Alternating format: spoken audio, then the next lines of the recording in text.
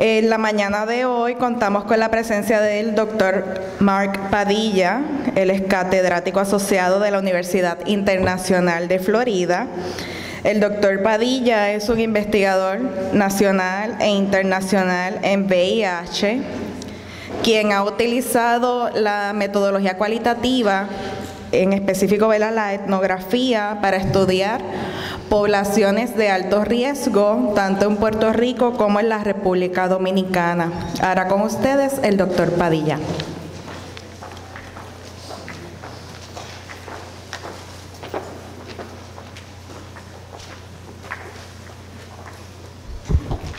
Vamos a ver.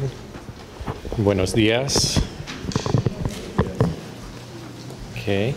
Bueno, es un gran placer estar aquí en un evento como este, hablando de los métodos cualitativos.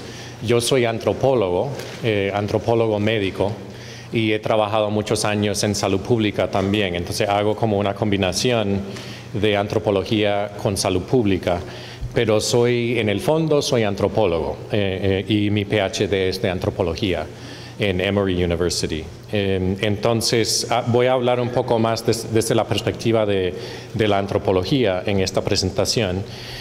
Tengo muchos slides y me perdonen que todo está en inglés, entonces esto va a ser muy bilingüe aquí, bastante, y hay algunos términos que todavía me falta aprender en español, entonces me ayudan. Y voy a ir un poco rápido porque hemos tocado algunos de estos temas antes. Entonces quería empezar hablando un poco de cuáles son los aspectos claves de la investigación cualitativa. Entonces algunos puntos aquí que creo que hemos tocado ya, que trata de abordar los temas holísticamente, entonces en la investigación cualitativa. Eso quiere decir no ser tan reductivo, non-reductive reasoning es la idea, y pensar en cómo todas esas partes funcionan como un entero, ¿no? Como muy holísticamente. También se pueden en la investigación cualitativa usar otros tipos de datos, no necesariamente son narrativa, hemos hablado más de narrativa hasta ahora, pero se puede usar lo que se llama artifactual resources, como diarios, participantes pueden escribir diarios, informes, memos, cartas, todo eso se puede analizar también usando métodos cualitativos de investigación. No es necesariamente entrevistas con personas, sino productos que esas personas hacen o crean. También involucra un concepto que viene de la epistemología de la investigación cualitativa, que es el concepto de la iteratividad. No sé, espero que eso sea la forma de decirlo en español, pero es el proceso iterativo. Y entonces voy a profundizar un poco más en eso en un momento porque tiene mucho que ver con la etnografía, que es el tipo de trabajo que yo hago, etnografía. Y entonces vuelvo después a ese concepto de iteratividad. También usa inductive reasoning, entonces la idea es que los conceptos y las preguntas se refinan sobre la marcha. No necesariamente sabes lo que es la pregunta clave desde el inicio. Entonces no se trabaja tanto como con hipótesis, que es lo que ustedes aprenden, me imagino, mucho en salud pública, los que son estudiantes. Y en vez de eso se van refinando las preguntas sobre la marcha, que es algo que es para algunos estudiantes de salud pública que vienen más de los métodos cuantitativos, eso es un shock, pero ¿cómo así se cambia la pregunta de investigación? Sí, eso es parte del proceso de investigación cualitativa. También requiere de reflexividad, como el proceso de reflexionar sobre el posicionamiento de cada persona, el investigador, y cómo el investigador mismo influye en la interpretación de la información. Eso es algo también que a veces no está en los métodos cuantitativos, pero en lo cualitativo es muy importante. Se dice que se busca una experiencia, representar una experiencia humana que es experience near, como muy cerca de la experiencia de las personas. Creo que eso se ha mencionado hoy también.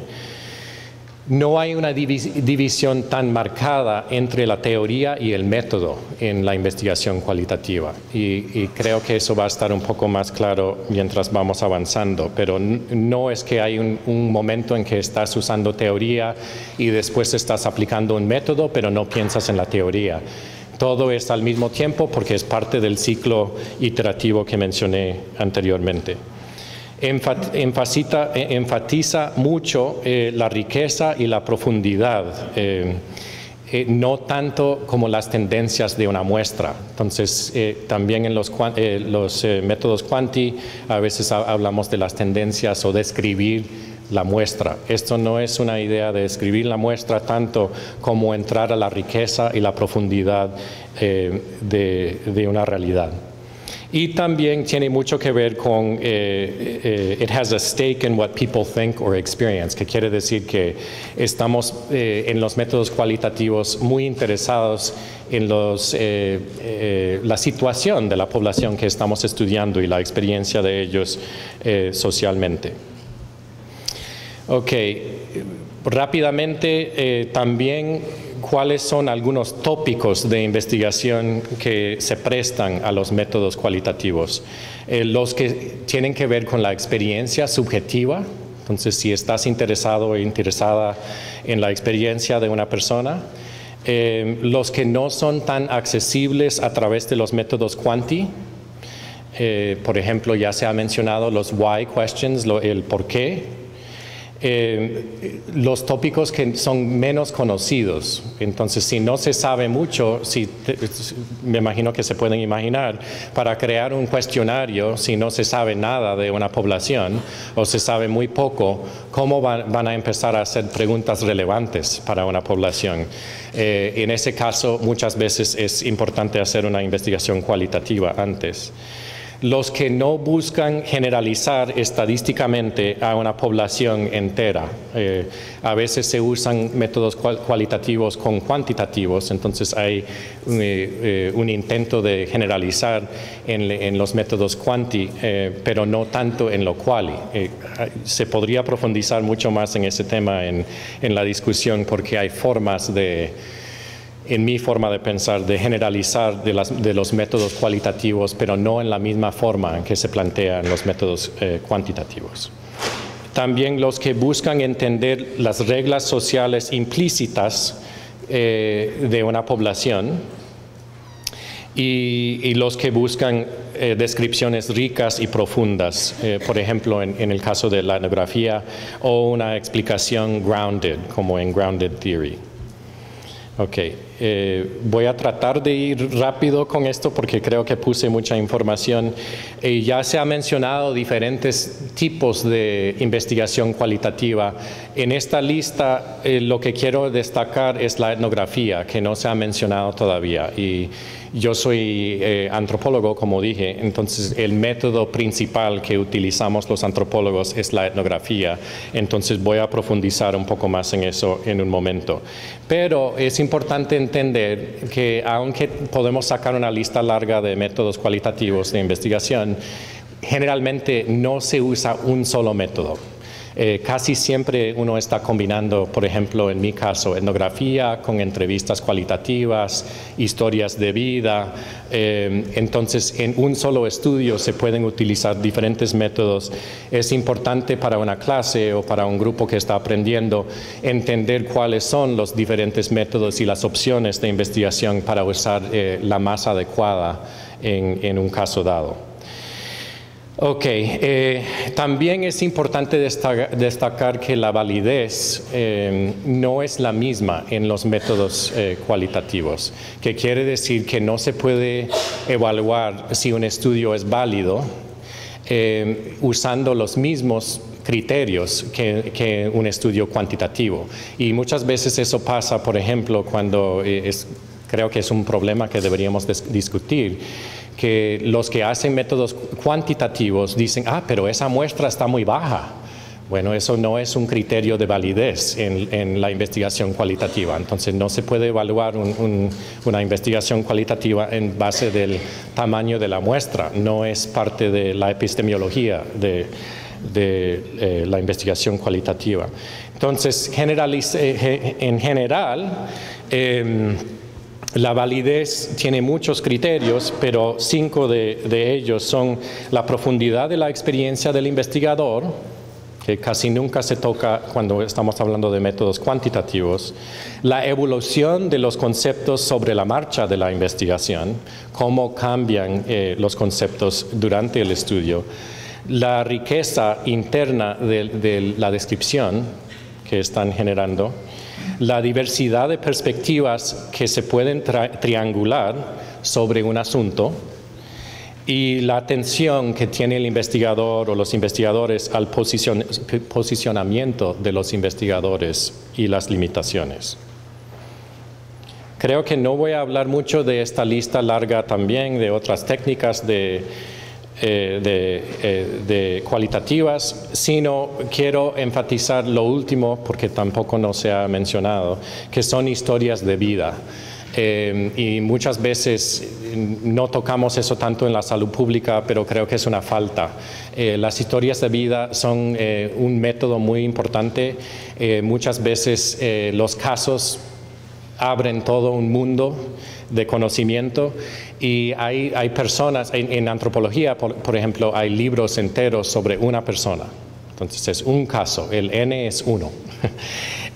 Como digo a veces a mis estudiantes de salud pública, pero el hecho de que sea un N de 1 no quiere decir que no es válido.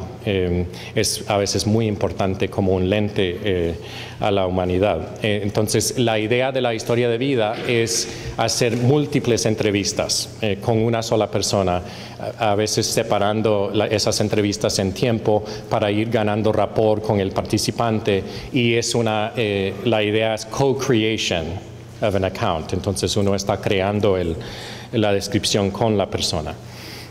Ok, un poco más sobre el concepto de iteratividad. Entonces, generalmente, como había mencionado, en la investigación cualitativa no hay una división tan marcada entre los métodos y el análisis de los datos. Eso es porque lo ideal es tener un proceso iterativo bastante largo. En la etnografía es lo más largo que se puede hacer en los métodos cualitativos. Pero en casi cualquier estudio cualitativo se puede aumentar el proceso iterativo, y es un proceso muy importante para generar validez en la investigación cualitativa. Entonces, esto es un diagrama sobre el proceso iterativo. La idea es aplicar una técnica de investigación, después sobre la marcha inmediatamente empezar a analizar esa información. Entonces, por ejemplo, si estamos haciendo un estudio de entrevistas cualitativas, no esperas hasta el final para empezar a pensar y reflexionar en la información que está saliendo. Inmediatamente estás reflexionando. O si están codificando formalmente, se pueden ir codificando desde el primer momento. Después, ese proceso de reflexión sobre la marcha genera otras explicaciones o hipótesis. Generalmente en lo cualitativo no hablamos tanto de hipótesis, pero sí se puede decir, bueno, yo creo que algo está pasando aquí. ¿Será verdad que está pasando aquí? Y eso es el proceso analítico de generar códigos, lo que se ha mencionado anteriormente. Después, eso genera más preguntas cualitativas y vuelves al método. En este caso, si están haciendo entrevistas, lo lindo de una investigación cualitativa es que puedes decir, ya vamos a hacer otras preguntas o vamos a agregar algunas preguntas, porque ya hemos descubierto sobre la marcha que hay ciertos temas que son importantes en esta población. Cuando uno habla, de nuevo, estoy repitiéndome, pero cuando uno habla con alguien que haga métodos cuantitativos, muchas veces dicen, pero ¿cómo así? ¿Cómo no pueden cambiar el instrumento sobre la marcha? Sí se puede cambiar el instrumento. Eso es el punto de hacer una investigación cualitativa. Si no estamos dispuestos a ser flexibles en ese sentido, no estamos aprovechando del método. Deberíamos hacer un estudio cuantitativo si queremos tener todo estático. Eso no es el punto de la investigación. Entonces, yo creo que eso está repitiendo un poco, pero un problema que a veces la gente enfrenta haciendo esto es que ¿cuándo hemos terminado? ¿Cuándo hemos terminado? Entonces, siempre hay preguntas, siempre en ese proceso iterativo que había mencionado se puede generar más preguntas. Sí, eso es un problema, que siempre hay más porque la realidad de la vida es compleja y nunca terminamos realmente, seguimos descubriendo, siempre hay más preguntas y siempre podemos seguir. Yo estuve haciendo etnografía en República Dominicana por 3 años y al final todavía sentí que no tenía suficiente información. Entonces, nunca para, es parte del problema existencial de hacer este tipo de método. Entonces, hablando un poco más de etnografía, obviamente la antropología sale como una disciplina en América del Norte y como en Europa a veces dicen que el fundador, el grandfather es Bronislaw Malinowski, que fue el primero que habló del método como sistemáticamente, que escribió mucho en el siglo XIX y XX, los primeros años del siglo XX, sobre la observación participativa como un método científico de las ciencias sociales, y se fundó en ese tiempo la disciplina de antropología. La idea de la observación participativa es para realmente entender cómo funciona y qué significa ser un miembro de una cultura o de una subpoblación. Uno tiene que estar ahí, you have to be there. Y tienes que participar en la realidad de esa comunidad, estar ahí como un pseudo miembro, porque nunca eres realmente un miembro total, y en mi caso tampoco no soy cuando estoy en República Dominicana, pero estoy ahí con la gente que estoy estudiando, estoy en la calle, a veces he estado en situaciones medio difíciles, pero compartiendo con la población para aprender de ellos, y también la diferencia del investigador puede sacar mucha riqueza de esa población al mismo tiempo, el hecho de estar allí. Entonces, voy a hablar rápido de un estudio que estamos haciendo que se llama el proyecto Sindemias, que estamos realizando ahora en República Dominicana. El nombre largo es Migration, Tourism and the HIV Drug Use Syndemic in the Dominican Republic. Es un estudio de 5 años de métodos mixtos. Estamos empezando con etnografía, incluyendo entrevistas cualitativas y observación participativa y mapeo etnográfico. Entonces, lo que estamos haciendo es métodos de observación con hombres empleados en zonas turísticas para entender cómo el ambiente de las zonas turísticas cambia su comportamiento y cambian los factores de riesgo. A mí me interesa mucho más lo macro, hablando del modelo ecológico que se presentó ahora, del macrosistema, que genera una sindemia, muchos términos aquí, genera una sindemia de VIH y drogas en las zonas turísticas de República Dominicana. Entonces, eso es como el marco conceptual. Usa la teoría de sindemias como un marco conceptual del estudio. Entonces, quiero mencionar un poco este concepto de syndemic theory, que fue algo que salió de la antropología médica, que hay un antropólogo que se llama Merrill Singer, que ha escrito bastante por muchos años sobre la idea de las sindemias, y es más que la combinación de condiciones, pero algo que empieza a abordar es por qué en ciertas situaciones y en ciertas poblaciones vulnerables se genera una situación que no están bregando con una sola condición o una sola epidemia, sino con muchísimas. Y en salud pública la tendencia histórica, aunque no inicialmente, pero después, era separar todas esas epidemias, que yo estoy estudiando VIH, estoy estudiando drogas, estoy estudiando cáncer, pero realmente esa división no es tan real para ciertas poblaciones porque bregan con todo eso al mismo tiempo. Entonces, la teoría de sindemias trata de entender por qué eso pasa, por qué hay una combinación de condiciones en ciertas poblaciones. Esto es un texto, una descripción de Meryl Singer sobre el concepto de sindemias que dice aquí, perdón, que está en inglés, que no lo puedo traducir. Syndemics occur when health-related problems cluster by person, place, or time. The problems, along with the reasons for their clustering, define a syndemic and differentiate one from another, though they may have nested or overlapping relationships. Y esta es la parte importante del concepto. To prevent a syndemic, one must not only prevent or control each disease, but also the forces that tie these diseases together. Que quiere decir que hay fuerzas ahí que son, en mi forma de pensar, muchas veces sobre la estructura de la sociedad, desigualdades sociales, estigma, discriminación, muchos factores estructurales que influyen en esa sindemia. Y para controlar esa sindemia hay que abordar estos factores, no los factores micro que están experimentando. Entonces, Meryl Singer ha identificado, por ejemplo, una sindemia que ha escrito muchísimo sobre ese tema, de SAVA Syndemic, que es Substance Abuse, Violence and AIDS, que esos factores tienden a hacer un cluster. Ok. Entonces, yo sé que me va a faltar tiempo, entonces voy a ir un poco rápido. Estos son los specific aims. El primer aim es el aim más etnográfico. Entonces, el primero es describe and map the social context of men's labor migration, drug use, and HIV risk in 2 primary tourism areas in the Dominican Republic.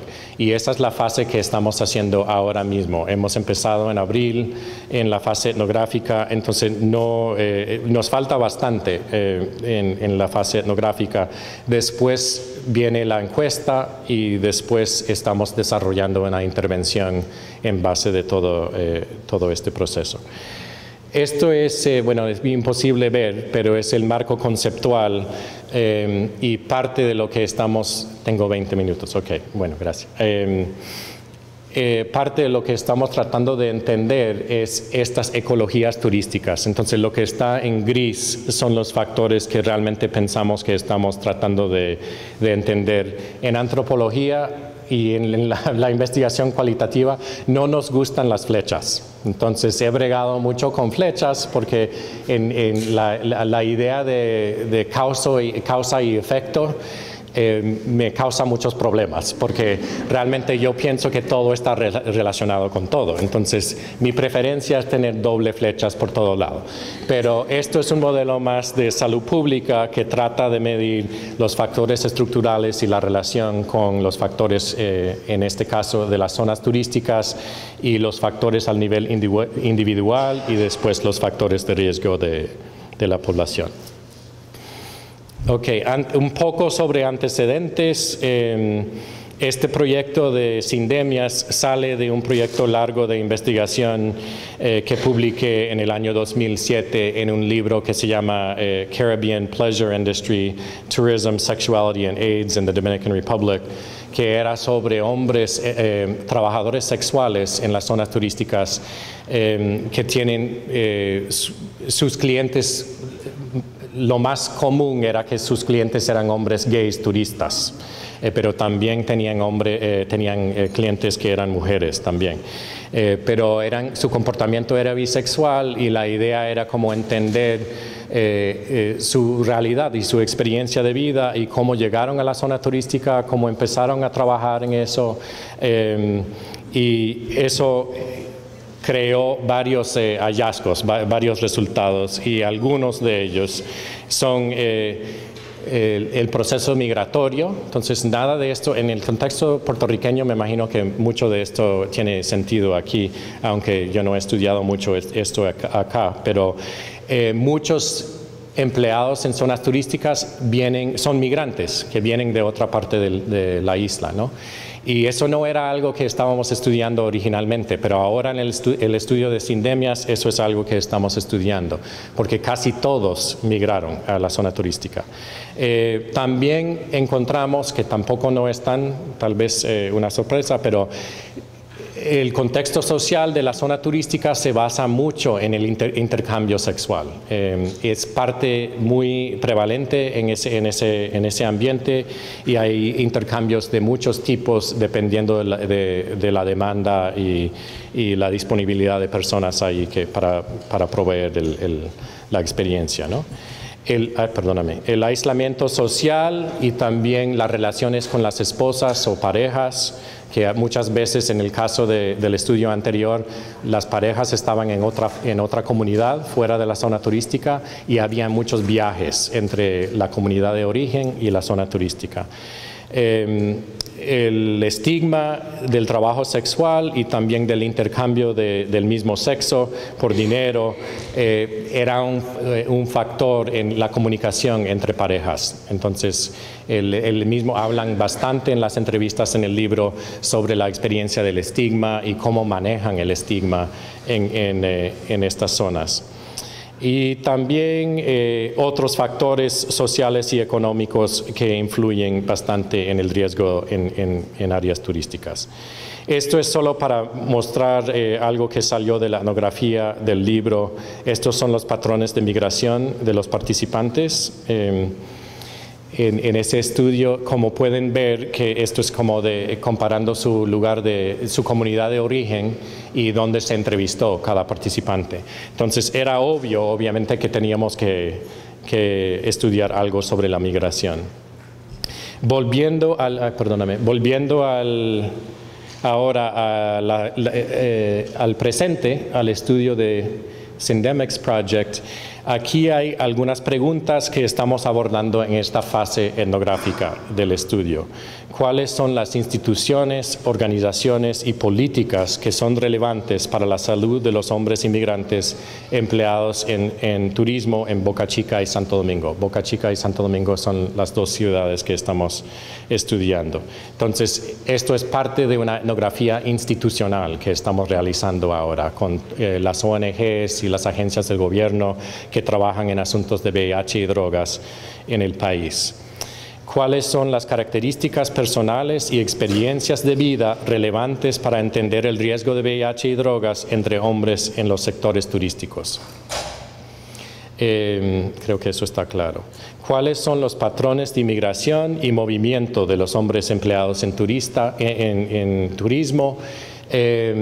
Y estos son patrones, estamos más sistemáticamente comparando patrones de inmigración internos y externos. Entonces estamos estudiando los que vienen de Puerto Rico o que han vivido en Puerto Rico y los que han vivido en Nueva York y ahora están trabajando en zonas turísticas en República Dominicana. Lo que es interesante de eso es que hablando de inmigrantes en el contexto de República Dominicana, un gran porcentaje de ellos son deportados. Entonces, como se pueden imaginar, el sistema legal, el sistema de deportación, lo que pasó en los Estados Unidos para deportarlos, son condiciones y factores muy importantes en entender su riesgo y su contexto de vida en República Dominicana. ¿Cuáles son los factores sociales y ecológicos de las zonas turísticas que influyen en VIH y drogas? ¿Y cuáles son las desigualdades sociales que influyen en el sistema sindemia de VIH y drogas para hombres en este sector? No voy a tomar mucho más tiempo ahí. Creo que he hablado un poco de esto entonces no voy a demorar mucho aquí, pero es observación participativa en contextos sociales de las zonas turísticas. Entonces ahora mismo nos estamos enfocando, para los que saben más del contexto dominicano, en la zona colonial de Santo Domingo, de la capital, donde hay bastante movimiento turístico, y también en Boca Chica, que está como 30 kilómetros de ahí. Y estamos escribiendo muchísimas notas del campo, field notes, que son los datos de etnografía. La etnografía se basa en datos de las notas que escriben los investigadores de campo. Entonces tenemos ya cientos de páginas de notas que estamos analizando ahora. También haciendo entrevistas etnográficas o entrevistas informales con representantes de instituciones que trabajan en VIH y drogas. Eso está generando notas etnográficas también. Y haciendo un mapeo de las dimensiones sociales de los ambientes turísticos. Ok, una paréntesis, porque creo que tampoco no hemos hablado de field notes. Field notes son los datos de un estudio etnográfico. Son compuestos de varios elementos, pero tienen generalmente todos los días el etnógrafo escribe notas etnográficas y memos. Entonces, lo que se enseñan los antropólogos es separar la observación empírica del análisis. Entonces, es decir, uno quiere saber qué pasó y una descripción bien detallada de lo que observó en el campo de trabajo es precisamente si se puede captar verbatim lo que dijo la gente en el campo, se puede poner entre comillas ahí, pero esto es sin grabadora ni nada, esto es con la memoria de la persona y también tomando notas, lo que se llama jottings en el campo. Entonces uno anda con una libreta en el bolsillo y va anotando ahí. A veces uno tiene que ir al baño bastante y crea chismes porque la gente dice, ¿qué pasó con este antropólogo que siempre va al baño? Pero el baño es una técnica muy importante porque así en privado tú escribes ahí sin necesariamente que la gente sepa, aunque ahí también la gente en antropología habla de open jotting y closed jotting. Entonces se puede hacerlo delante de la gente porque a veces hay algunos que saben que uno está haciendo la investigación y dicen, ¿por qué no está anotando algo ahí? Entonces está siempre ahí anotando. Y después obviamente uno tiene que llegar a la casa, inmediatamente empezar a escribir la nota larga, digamos, extender la nota de los jottings a una nota completa antes de olvidarse. Entonces hay un arte ahí Hay un arte ahí de poner lo mínimo para que uno se pueda recordar exactamente lo que pasó y no estar escribiendo toda la nota en la libreta. También en las notas que estamos escribiendo estamos dibujando, estamos incluyendo mapas porque nos interesa el espacio también. Entonces las notas tienen mapas de Google Maps nada más que de algunos espacios para hablar de espacios y se puede incluir varios elementos en las notas.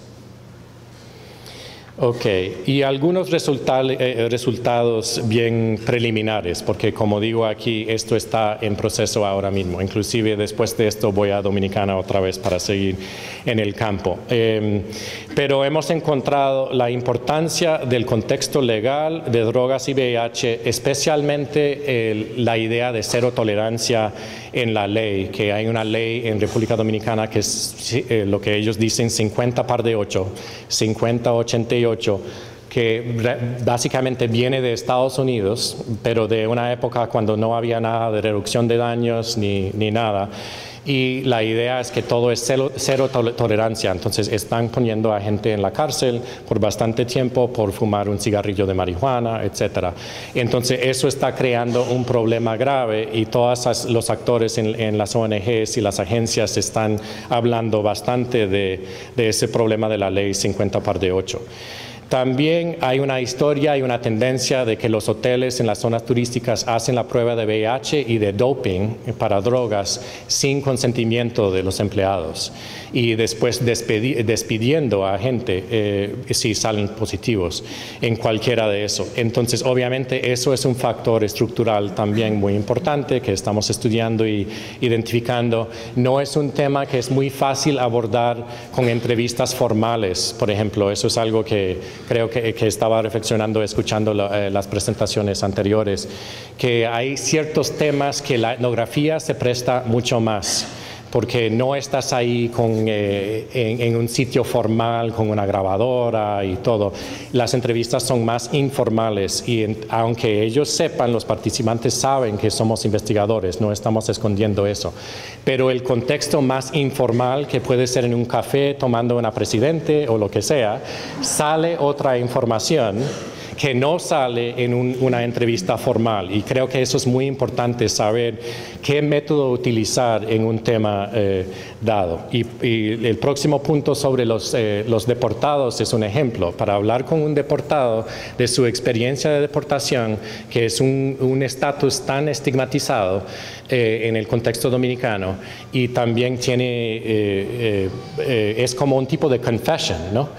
Entonces, hacerlo formalmente con una grabadora es muy difícil, pero sentado ahí en el parque, en un banco, con una persona, hablan mucho más.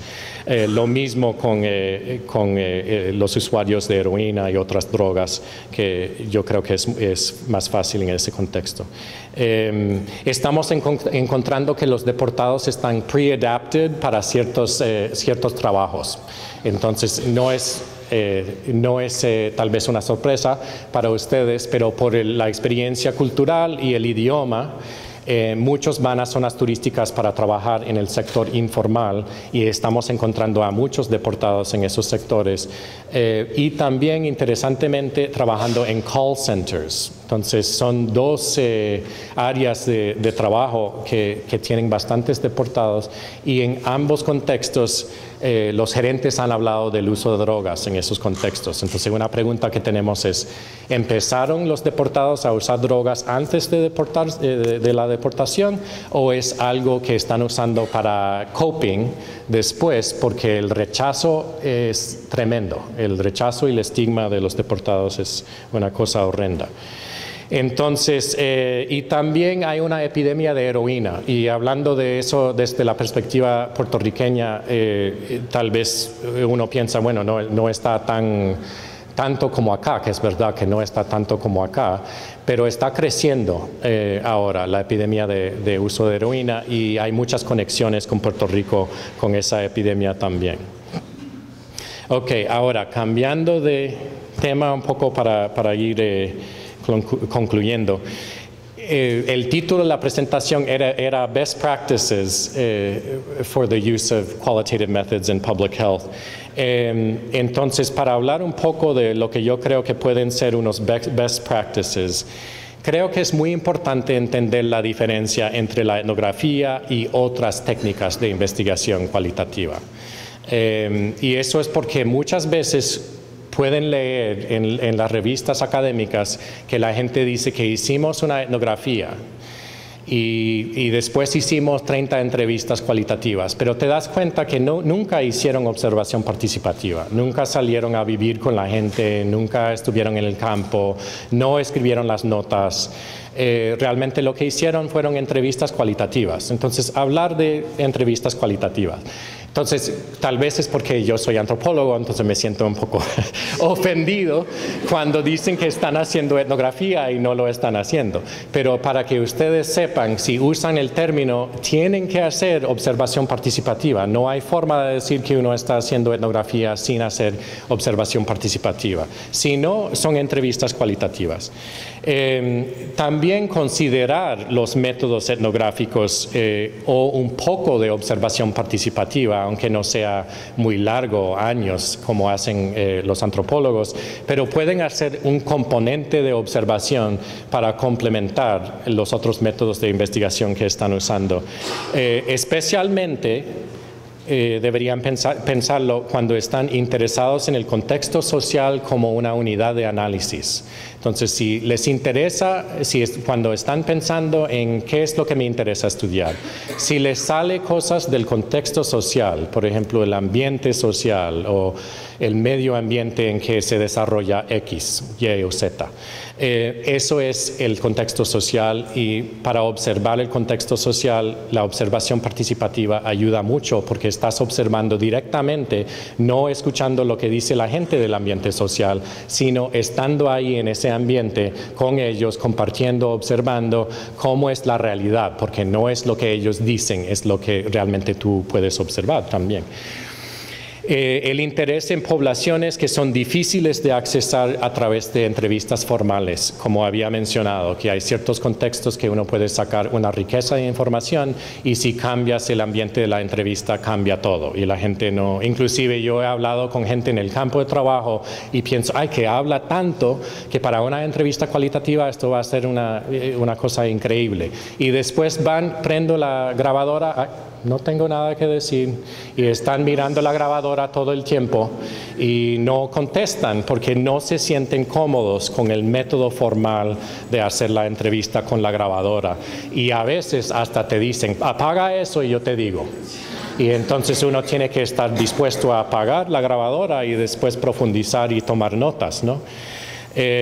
Cuando estás interesado en procesos sociales como están enacted, no sé cómo, como realmente están saliendo en el campo, ¿no? No solamente como se dice verbalmente, porque ya sabemos que muchas veces, y un hallazgo que yo he publicado bastante de República Dominicana, es lo que dicen las encuestas epidemiológicas y lo que dicen los hombres en el campo sobre su conducta. Porque cuando uno compara lo que dicen cuando están en una clínica hablando de sus factores de riesgo y lo que dicen cuando uno está hablando en el campo, son otras cosas completamente diferentes, ¿no? Ok, y cuando estás interesado en long-term personal engagement con las comunidades, entonces eso tiene que ver con lo que se mencionó antes de Community-Based Participatory Research.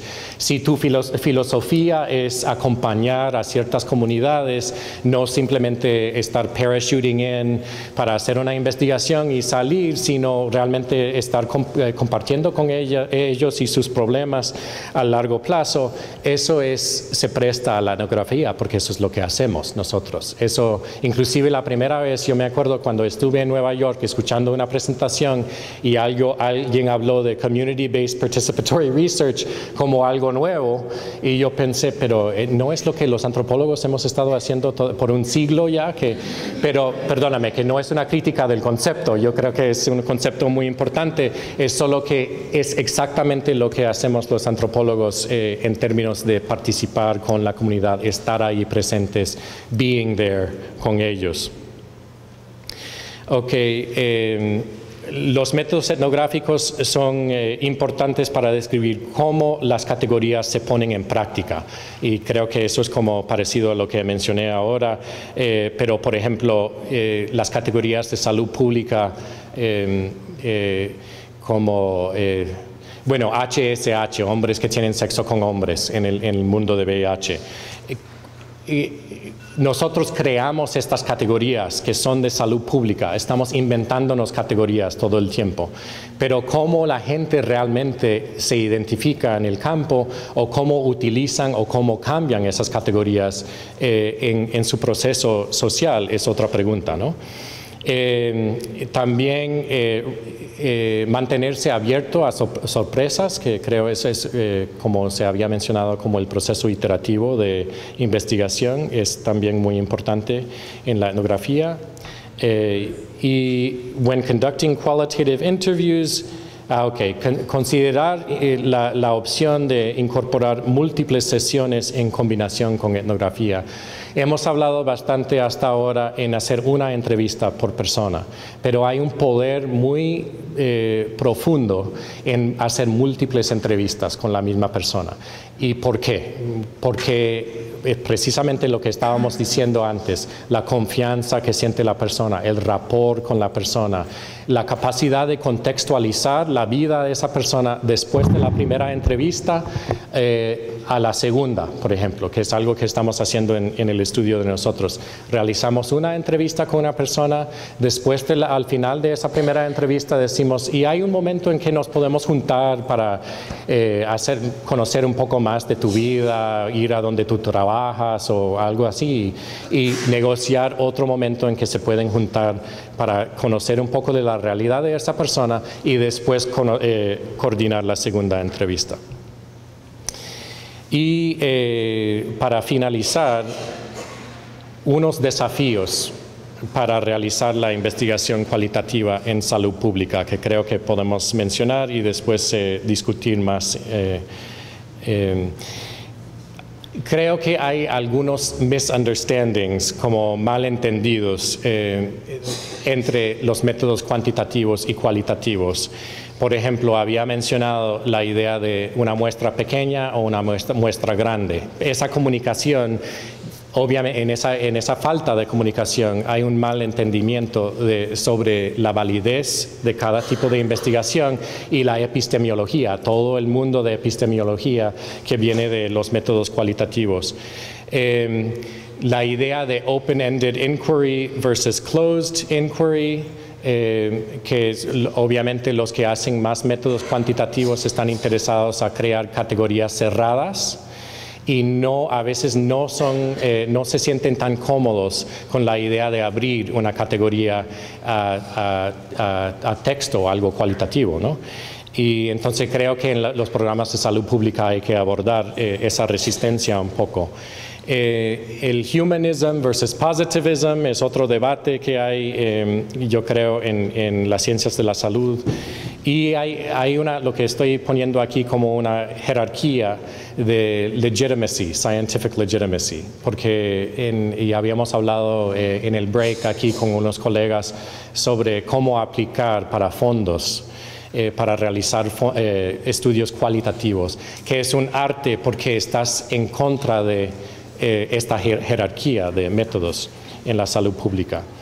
El financiamiento para la investigación cualitativa en salud pública, eso es algo que tenemos que bregar también, creo, como grupo. Y a mí me molesta también el uso de métodos cualitativos solo en el servicio de métodos cuantitativos.